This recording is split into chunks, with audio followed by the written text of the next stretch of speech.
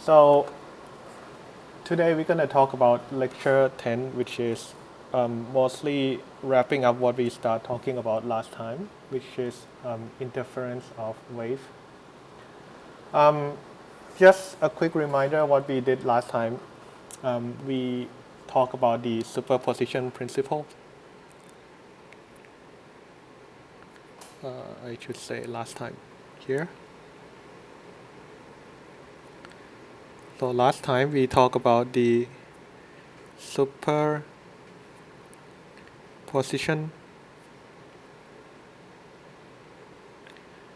principle. Okay, so this one is a fancy name for saying that you just add everything up, like like I mean there's no like nothing too mysterious about it. Like if you have one wave at one position and then you have another wave coming, what's the resulting wave? Then you just add them up, right? There's no like multiplying. There's no add and then take the square. Like everything you can do to get the resulting wave is just adding. And I mentioned last time already, the reason why we can do this is because of the what we call linearity of the wave equation.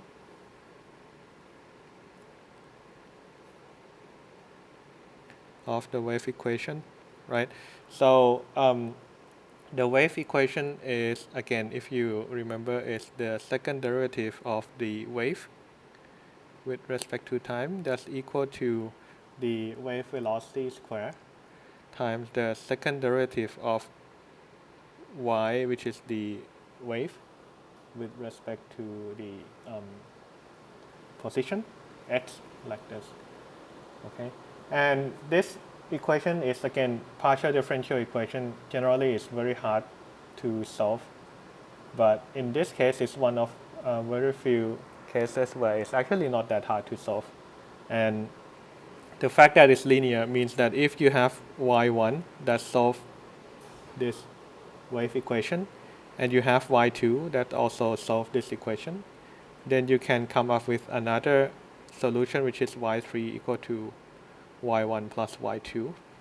Okay, in this case, y3 will also be the solution of the wave equation, right?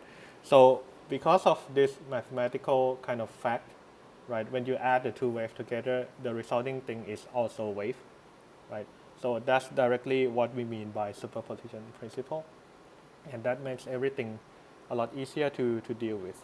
Okay, I should mention a little bit that in reality, like in real life, the wave can have non-linear behavior. In that sense, the superposition principle does not really work 100%. Okay, but that's gonna be kind of like a little bit rare in terms of like our daily experience, but the linearity of the wave equation is most of the time true, but probably like 90%, 95% is true.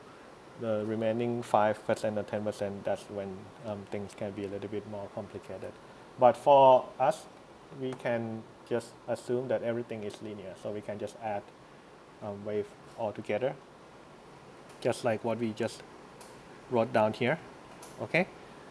Um, okay. So what does this mean? Well, this means if you have two waves, if you want to find what we call the interference, you just add them together and then see what's the resulting wave, right? So we start with a very kind of trivial example, which is two wave coming out from two speaker, right? And what we used last time is the red speaker and the blue speaker. So the red speaker, let's say, is giving out wave like this.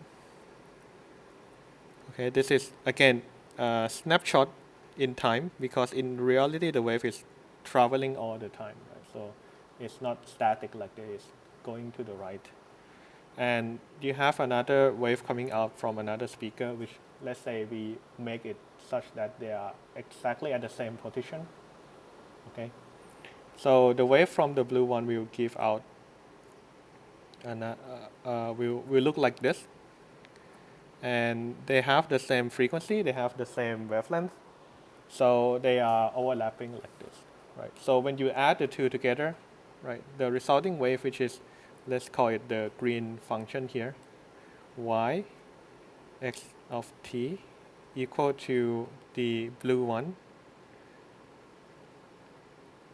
plus the red one. Okay, so I'm using, so I should write y1 and y2 like this.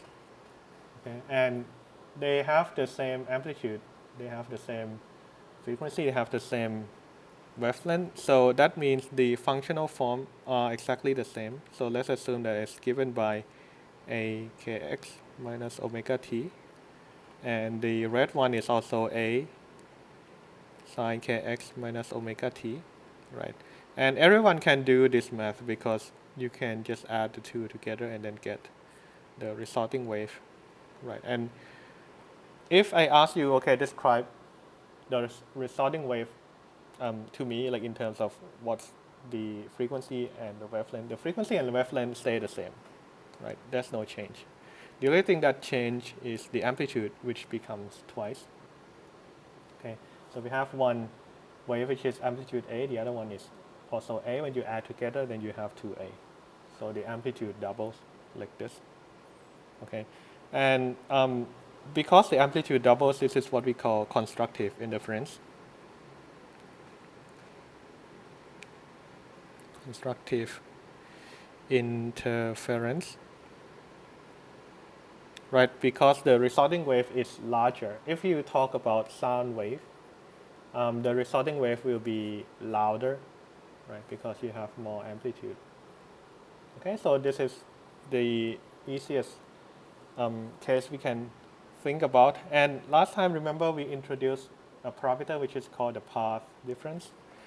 And the path, what is the path difference? The path difference is the difference between the distance from the source. If we call the source, the blue one, to be S1, the red one to be S2, and then let's call our observer, which is, let's say this person here, to be P. Okay, so the path difference, PD, path difference, is the absolute value, right? We put in absolute value because we don't want to deal with, like positive, negative. We just care about the absolute difference. It's given by the distance S1P minus S2P, right? So the path difference has the unit of meter, which is a distance. So in this case, S1 and S2 are exactly at the same position. So no matter where P is, S1 and S1P and S2P will always be the same, right? So in this case, the path difference is going to be 0. Okay, so path difference of 0 gives you constructive interference, right? That's probably the kind of the meaningful kind of conclusion that we can draw from this trivial example, right? And next, we did something which is make it a little bit more complicated. We move one of the speaker, right? So we, let's say, fix S1 to be where it is right now. So it's giving out wave like usual. Okay, but now I move S2 to be 1 lambda to the right. Okay, 1 lambda to the right like this. S1 stay the same, only S2 is moved, right? So because of this, right, the path difference is no longer 0 because, well, S1P and S2P, they are not equal now. So in this case, PD, which is again S1P minus S2P, is gonna be just 1 lambda, okay, 1 wavelength. And why 1 wavelength? Well, that's something that I chose, okay. So I choose to be to have the path difference to be lambda. And because of this, when you do the math again, like y of x and t equal to y1, well, y1 is the same as before. Well, okay, the first line is going to be nothing new, but the second line will be something different. So it's going to be sine kx minus omega t, right? But the red one is not the same as what we had before. You shift the whole graph to the right. Okay, so shifting to the right means you need to subtract something in the x variable. That's what we did last time. So it's k x minus lambda minus omega t, right? And in the end, this last term will give you a sine kx minus omega t and then minus 2 pi, right? And if you have a sine function, you minus 2 pi or you plus 2 pi, they're gonna look the same, okay? Because it's what we call kind of like, you know, well, every multiple of 2 pi you can add to the sine or cosine function and everything just looks the same. So because of this, then what we had in the last line looks actually the same as what we had before. So I will just write it like this. So a 2a sine kx minus omega t. Okay, so I'm not gonna spend too much time, redo what we did last time, but the resulting is the same. So you have twice the amplitude. So you still have constructive interference. Okay, so constructive interference because the amplitude of the resounding wave is twice. Okay, but the difference in this case is the path difference is no longer 0. The path difference is 1 lambda, right? Here. And you can kind of try every other possible multiple of lambda, and then you will end up having the resounding wave to be constructive interference still. Okay, so we can kind of conclude that if, maybe I'll write it in the blue color. So if the path difference is equal to multiple of lambda, okay, again n is integer, which is 0, 1, 2, 3, 4, 5, okay, and we don't deal with negative kind of number here because we put an absolute sign, remember? So n gonna be positive integer, so 0, 1, 2, 3, 4, 5. If you have a multiple of lambda, then you're gonna have constructive interference.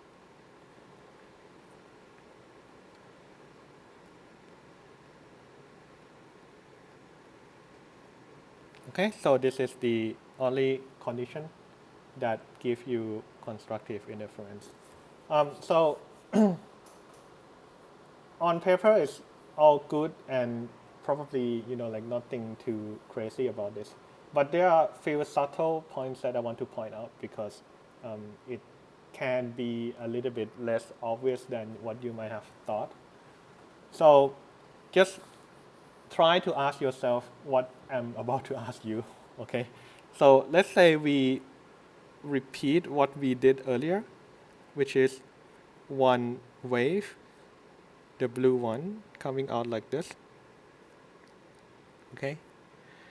And let's say the red one, I move it twice lambda, so I move it like this, right? So you can see that the path difference is obviously 2 lambda, right? Because this distance minus this distance is this distance here, which is 2 lambda. That's something I chose also. Okay, so I can just write PD equal to 2 lambda. So you know that it's going to be constructive interference. Right? Not sure what's the proper way of abbreviating. Right? But you know what I mean. So I mean it's constructive interference. Okay, fine.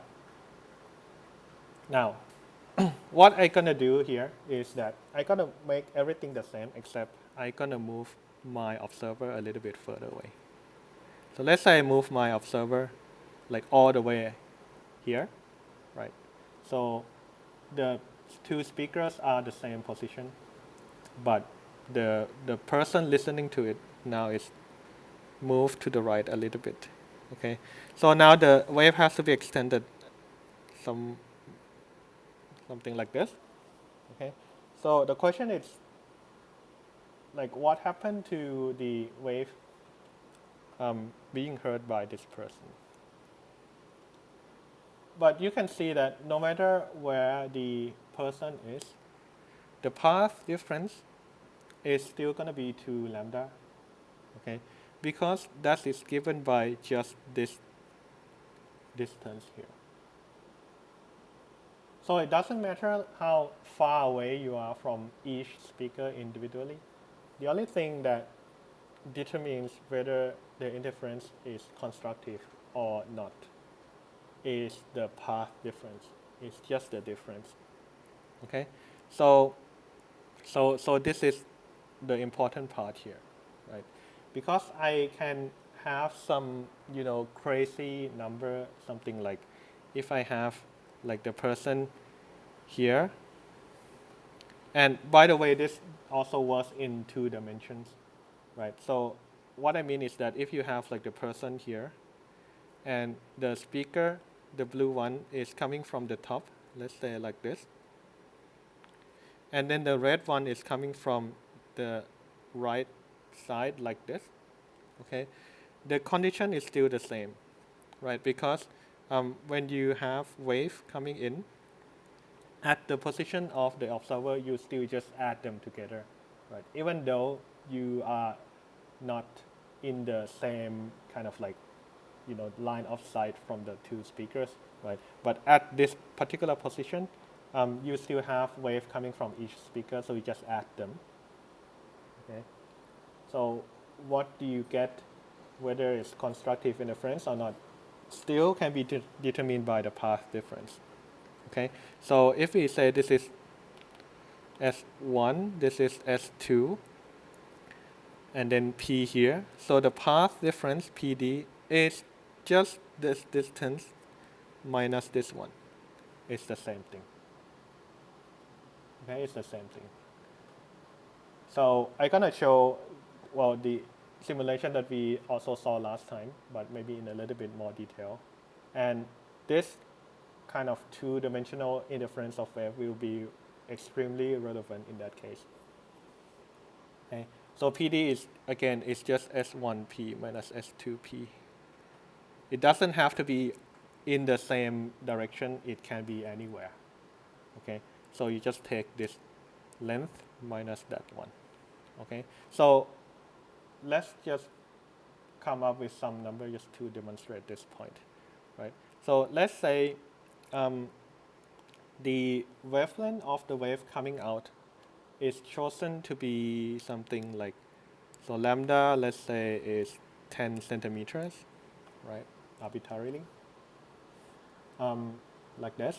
Okay, and let's say the distance from P1 to S1 is 45 centimeters. And from P to S2 or S2 to P, let's choose it to be 55 centimeters like this. Okay, so we know the distance from the observer point P to each speaker S1 and S2. So we can calculate the path difference here, right? So again, sometimes for whatever reason, people are confused that you take the difference in the distance. This is nothing to do with subtracting the displacement vector or something like this. Okay, so some of you might like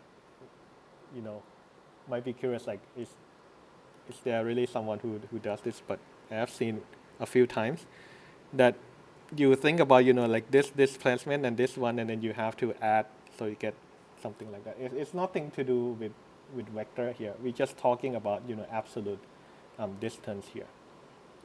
Okay, so in this case, the distance S1P is 45 centimeters, and S2P is 55 centimeters. Okay, you're just subtracting like this.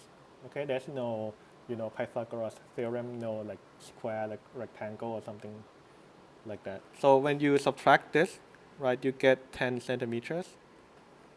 Okay, and then you just need to convert this PD into like the unit of lambda, because you want to see like how many multiple of lambda we are talking about. Because just this number alone, you cannot say whether the interference is going to be constructive or not. You have to always compare to the wavelength. Okay, so the next step is to write it in terms of wavelength, and well, wavelength in this case is 10 centimeters, so it's just 1 times 10 centimeters, so it's just 1 lambda. Now if it's 1 lambda, so it's a multiple of lambda, so we know that this is going to be constructive interference. Okay, so it's going to be con.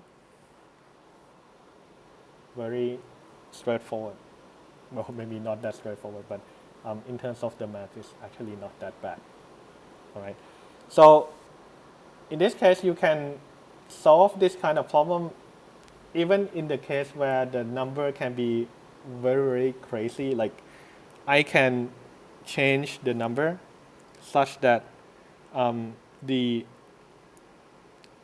distance S1P and S2P, for example, I can make it something like here.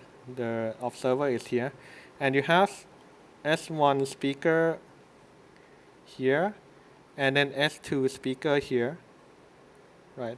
And then I can say that, okay, let's just do something crazy, like let's just have the distance from P to S1 to be 1,045 centimeters. Okay, that's about 10 kilometers, where nothing prevents me from doing this. And then S2, let's put it also 1,055 centimeters away. Okay, in whatever direction I can even just put in, okay, let's make it 45 degrees to each other like this. So one in the east direction, the other one is in the northeast, direction, something like this. And then I ask, okay, what's the wave being heard by the observer P here? It's going to be constructive interference or not, right? So the first reaction might be, well, how do you do this? But again, the only thing which is relevant here is the path difference, right? So no matter how far away you have, you just look at the difference, right? So it's 1,045 minus 1,055. So in this case, centimeters, the path difference is still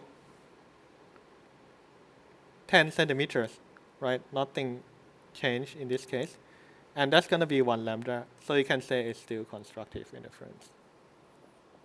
Okay, so you see kind of like the like the power of looking at the path difference makes things a lot easier, because you just care about the difference. You don't care about the absolute distance from the source to the observer, right? It can be 1 million centimeters, it can be 1 million kilometers, right? So as long as when you subtract them is multiple of lambda or not, right? That's the only thing that you care about. Okay, so I hope this makes conceptual understanding a little bit easier to achieve. So that's kind of like what we did last time. So next I'm gonna talk about the other case, which is what we call destructive interference. Okay, so I'm gonna do that now. So I'm gonna go back to kind of the one-dimensional case, and what I'm gonna do here is gonna set the blue wave to be again the same, right? But now I'm gonna move the red speaker not one wavelength away, but only half a wavelength away. Half a wavelength away, right? And now comes the tricky part, right? We need to draw the wave coming out from the red speaker. So the blue one we call it S1, the red one we call it S2. Okay, so the question is that how do you draw it? You draw it like this, coming down, or you draw it differently?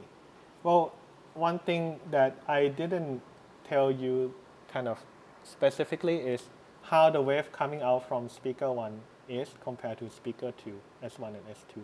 Okay, so most of the time, like this is going to be like implied, and just to make things easier, this probably always going to be the case, is that wave coming out from S1 and S2 will be in phase, meaning that at the same time when they come out, if it's going up, they're going to go up together. If they're going down, they're going to go down together. Okay, so the wave coming out from the red speaker has to be the same as the blue one. So that means right when it's coming out, it has to go up first. Okay, it cannot go down because that's not what we have for the blue one. So it has to go up first and then it has to go down, right? And because it's half the lambda away, you're gonna have red one going up when the blue one going down. And the blue one going up, the red one going down. Kind of always opposite like this, all the time. All the time, okay? And this can be, well, and then you can see that at any point, if you just add the two waves together, the blue one and the red one, you always get cancellation, right? So the resulting wave is actually zero, right? So this is what we call destructive interference. So it's the destruction of two waves.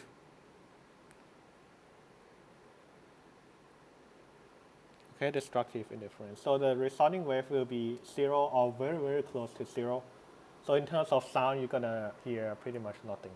Okay, so the sound will be extremely soft if you put S1 and S2 like this. So let's kind of make sure that it makes sense in the mathematical sense. So what we did here is we put in y, which is the resulting wave equal to y1 plus y2, right? So I'm not going to write the dependence on x and t anymore because that should be implied. So y1 is the same, it's a sine kx minus omega t. And then y2 is the one that we shifted. So it's going to be a sine k, and then x again becomes x, right? Minus, right? Because we shift it to the right. It's going to be minus how much? Well, it's lambda over 2, right? Because that's what we chose. This is the point where it's different from what we had in the previous page, right? That one we shift by lambda. In this case, we shift by lambda over 2. And then minus omega t. Okay, and when you tidy this thing up a little bit, you're gonna have a sine kx minus omega t, and then the lambda over 2 term gonna give you minus pi, okay, instead of 2 pi like what we had earlier. It's gonna be pi. When you add pi, okay, not 2 pi, just pi, to sine or cosine, what you do is you flip the sign to be negative, or if it used to be negative, then it becomes positive. Right? So specifically, what I mean is that if you have sine or cosine of x, and then when you put in, instead of x, you put in x minus pi, it's gonna become minus sine of x, like this. And graphically, it makes sense if you can try to draw and then confirm this, because it shifts the whole graph of sine by half a cycle, so everything is kind of upside down. So the resounding wave is just a minus sign in front and everything looks the same, right? So now you can see like why we have no wave remaining, because, well, you just subtract the same thing from what you had in the first term. So this is gonna be 0. And that's why we call it destructive indifference, because the wave, when you add the two together, becomes 0. Okay, so wave kind of destroy each other, so nothing is left. All right, and you can try to see, okay, does it always have to be lambda over 2? Is there any other value that we can pick to make the interference also destructive, right? And the in the end, the condition that you have is that the path difference should be n plus 1/2 lambda to be destructive interference.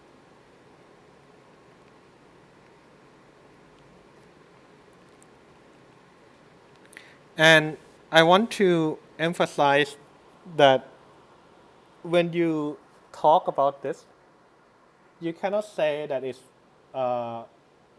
multiple of, okay, so some of you want to see the previous page. So, and then you just listen to what I'm talking here. So you cannot say that it's multiple of half lambda, okay? That's not what I'm writing here. Are you okay now? Can I go to the next page? Okay, good. All right, so I'm talking about this one. How do we say it? How do we say it, right? So if you say it's multiple of half lambda, you mean it's n over 2 lambda like this. This is not what we want, okay? Because, so why? Because n over 2 and n is an integer. So that means you're going to have n equal to, what, 0, you get 0. N equal to 1, you get 1/2 lambda. N equal to 2, you get lambda because 2 cancel with 2. And then you can have 3 over 2 lambda, and then you can have 2 lambda, and then you can have 5/2 like this, right? This is what it is when you say it's half multiple, it's multiple of half lambda. That's not what we want, because we only want just this term. Okay? That's why we have to write it in this way. Okay, so we don't want any kind of, whole number in front of lambda. We want only half integer in front of lambda. Okay, so just be careful about this. You might think it's a small point, but I mean, if you're not careful, then you might get a little bit confused here. Okay, so I'm not gonna write this, just to remind everyone that it's the half integer. Okay, so that means it's gonna be lambda over 2, 3 lambda over 2, 5 lambda over 2, 7 lambda over 2, so on and so forth, right? So if you have the path difference to be like this, then you're going to have destructive indifference. So let's just put in some number just to make sure everyone understand like the situation here. So again, let's talk about one particular wave, which is lambda chosen to be 10 centimeter again. All right, and then we have the observer P, and the source. I'm not going to draw a speaker anymore because we understand that what S1 means, and then S2 like here. Okay, so now let's just say I put S1 so that the distance between P and S1 is 100 centimeters. And then I chose S2 to be 95 centimeters like this. Okay, so S1 and S2 are wave sources. Well, I don't know whether it's, well, in this case, probably some kind of electromagnetic wave or something, because the lambda is kind of small. It's probably not sound wave in this case. The sound wave, I think the wavelength is a little bit longer. Well, but I mean, whatever. Anyway, so we have these two sources and the distance is given. So to figure out whether you have constructive or destructive interference, you just write down the path difference, PD. So PD is P, well, usually I write S1P, right? S1P minus S2P. And in this case, it's just 100 minus 95 centimeters. And 5 centimeters, again, does not mean anything unless you compare it to the wavelength. Okay? So if I don't give you this information, like I don't tell you what is the wavelength, from this number alone, there's no way you can say if the interference is going to be constructive or destructive. Okay? You have to know the lambda in order to draw any conclusion. And in this case, let's say I give you 10 centimeters for lambda. So this one becomes 1/2 of 10 centimeters. So it's lambda over 2. So everyone knows that this is destructive interference. So DI, destructive interference. So that means at the point P, you will not get any wave. The wave you get from at point P will be always cancel out each other. Right. So in terms of sound, you're gonna hear very soft sound. In terms of maybe electromagnetic wave, you will not get anything. Okay, but that does not mean the wave just disappear. Okay, it's only when they interfere, which happens only at point P, because that's the only point where the wave from S1 and S2 kind of intersect each other, right? So the wave will just go through and go through like this, right? So even though at this exact point here, you have complete cancellation of wave because of the destructive interference, the wave can go through, and then if you are here, right, then you're gonna have some wave from S2 going through, right? But again, it's a little bit more complicated because like if you talk about other point, let's say P2 here, then you need to compare the path difference from P2 to S2 and P2 to S1. Okay, so I hope this should be clear to you what's the situation here. All right. So for any point, all right, on the, well, you say on this plane, like any position that you want to figure out whether you get constructive or destructive, you just need to look at the path difference and then compare that to the wavelength. Okay, so to kind of wrap up this thing, let's go to the simulation that I also showed before. This is what you saw last time already, which is a speaker. Well, not just one, like two of them. And the speaker is giving out wave. And I have here the pressure sensor, which is essentially electronic ear or something so that you can hear the sound. And if you have just one wave coming out, right, it takes some time for the wave to propagate. You're gonna hear the sound wave. So at the detector, you're gonna get the wave which is going up and down, like a sinusoidal wave like this. Okay. And if I turn one off, I turn the lower one, then what you hear is the wave from the lower one like this. Okay. So everything is fine. Now let's turn on both of them together. And first of all, you can see that the two waves coming out from the two speakers are in phase. So meaning that if you just look at right in front of the speaker, they are white at the same time and they are black at the same time. So that means they goes up and they comes down together at exactly the same phase. Okay. So this is the case where, well, most of the time we're going to deal with, which is the two sources are giving out the wave which is in phase. Okay. But now, depending on where you are, you can have a constructive interference. And one thing that you can see is that if I am anywhere along this middle line here, I always get constructive interference. Why? Because if I stay on this line, the distance from the source, any source where we have two of them, the upper speaker and the lower speaker, the distance from any speaker to the detector will always be the same, right? Because that's the geometry of the center line here. So anywhere on this line, I will always get constructive interference because of the symmetry of the of the position, right?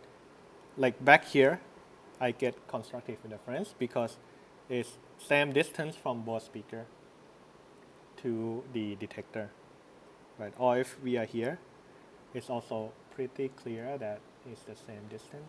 If it's the same distance, the path difference is 0, so you have constructive interference, right?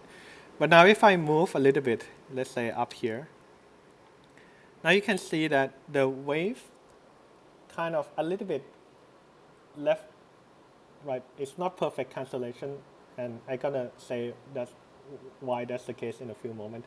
But this is where you have like very close to constructive, destructive interference, destruction of the two waves, because the wave coming out from one cancel the other one. And you can kind of see, right, the kind of like the line tracing out like here, right? So everywhere on this line, the path difference between the S1 to P, let's call S1 the top one, and S2 to P is always lambda over 2. So it's always going to be destructive interference, right? No matter where you are. Again, we only care about the path difference. We don't care about the absolute distance from the source to the observer. And that's also true for down here. Okay. And that's what's happening here. And then if you move a little bit down, you have another constructive interference. And this is when the path difference, right, from the middle line is 0, this destructive, that's lambda over 2, the path difference. And next time you have constructive interference, that's when the path difference is lambda, right? It's 1 lambda. So you have another constructive interference here. And let's go back here a little bit. You will not get 100% cancellation because the wave coming out from each speaker will get lower in amplitude as it propagates. So that effect might be small, but that's the reason why you don't get 100% cancellation. But I mean, it's probably good enough for us to ignore that, just to let you know like why that's the case. Okay. Anyway, let's come back here. I took a snapshot on my tablet and then put the picture here so that I can say a little bit more. So this is what we call the two-dimensional interference, 2D interference. By the way, we're gonna revisit this again when we talk about light wave, electromagnetic wave, and there's gonna be no new physics there, but because of light wave having very small wavelength, there is some approximation that we can do, okay? But until then, I'm not gonna talk about that. So this is any kind of wave, like generic wave. All right, so let's remind ourselves what we just talked about. So we have the center line here. I should draw it in red like this.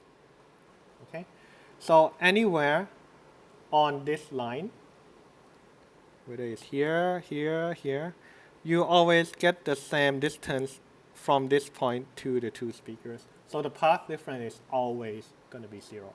So along this line, no matter where you put your detector, you're going to get constructive interference. Okay.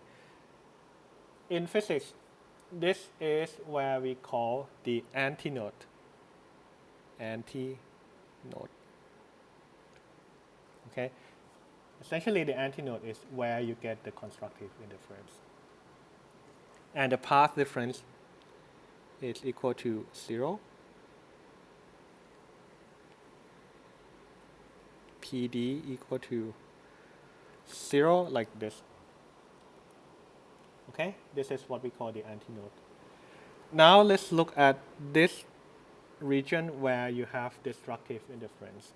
Okay, so if you trace out where this gonna be, it's not gonna be a straight line, and some of you might want to try to figure out what's the shape of the line for this destructive interference. It's gonna be a hyperbola, okay, and you can show it rigorously that is a hyperbola, but I'm not gonna do that. Anyway, this is what we call the node,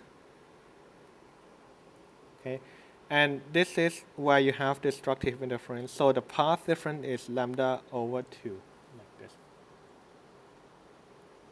Right. So the node is the region where you have completely cancellation of the wave. So the destructive interference is what we call the node. So you can see that we have two nodes, right, or two kind of lines that represent the series of nodes. So that one and the one also below, which is here, that's also the node. And the path difference is also lambda over 2. And when you go further away, it becomes antinode again because the interference becomes constructive one more time. So you're gonna get this line again.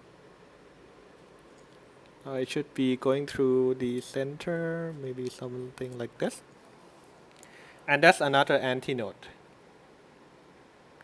And that's when PD equal to lambda. We also have the same thing below. So it's gonna be this one. And this is where we call also antinode. And PD is also lambda like this. Okay.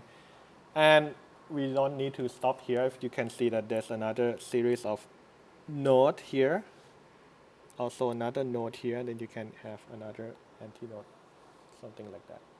Okay, so this is very typical kind of line that you're gonna see when you have two sources, and then you're gonna see the interference from the wave coming from the two sources like this. Okay, so the term node and antinode will be used again in the next topic we're going to talk about, which is standing wave. Okay, just to summarize, so antinode is where you have constructive interference. That's where the wave amplitude is large, actually the largest possible. And node is when the two waves cancel out, so when you have destructive interference. So the wave amplitude, ideally it's going to be 0, okay, but maybe you are not exactly the same distance away from the two speakers, so the wave amplitude going to be a little bit different, so you don't have perfect cancellation. But that's fine, okay. Well, you ask then what happened in the region between, right? We cannot ignore them. Well, yes, we cannot ignore them, but we can choose not to talk about them, right? So how do you call them? Well, that's when it's not completely constructive or completely destructive interference. Okay, so unless you specifically talk about those regions, most of the time we just ignore them. It doesn't mean it's not there. It's just there, but we are not really interested in them. Okay, so when you talk about constructive interference, the full word that we should use is completely constructive interference, meaning that the phase difference or the path difference is exactly lambda. Okay, so then the two waves add up together. And node is when you have completely destructive, meaning that you get almost 100% cancellation. Anywhere in between, you get just something in between. Okay, so the amplitude will be anywhere from 0 to twice the amplitude, right? So we know it's there, but we're not going to talk about them too much. Okay. I think it might be a good time to take a break now. So let's do that, and I will continue talking about the next topic, which is standing wave. Okay, so I will set a timer and then we will come back in 10 minutes.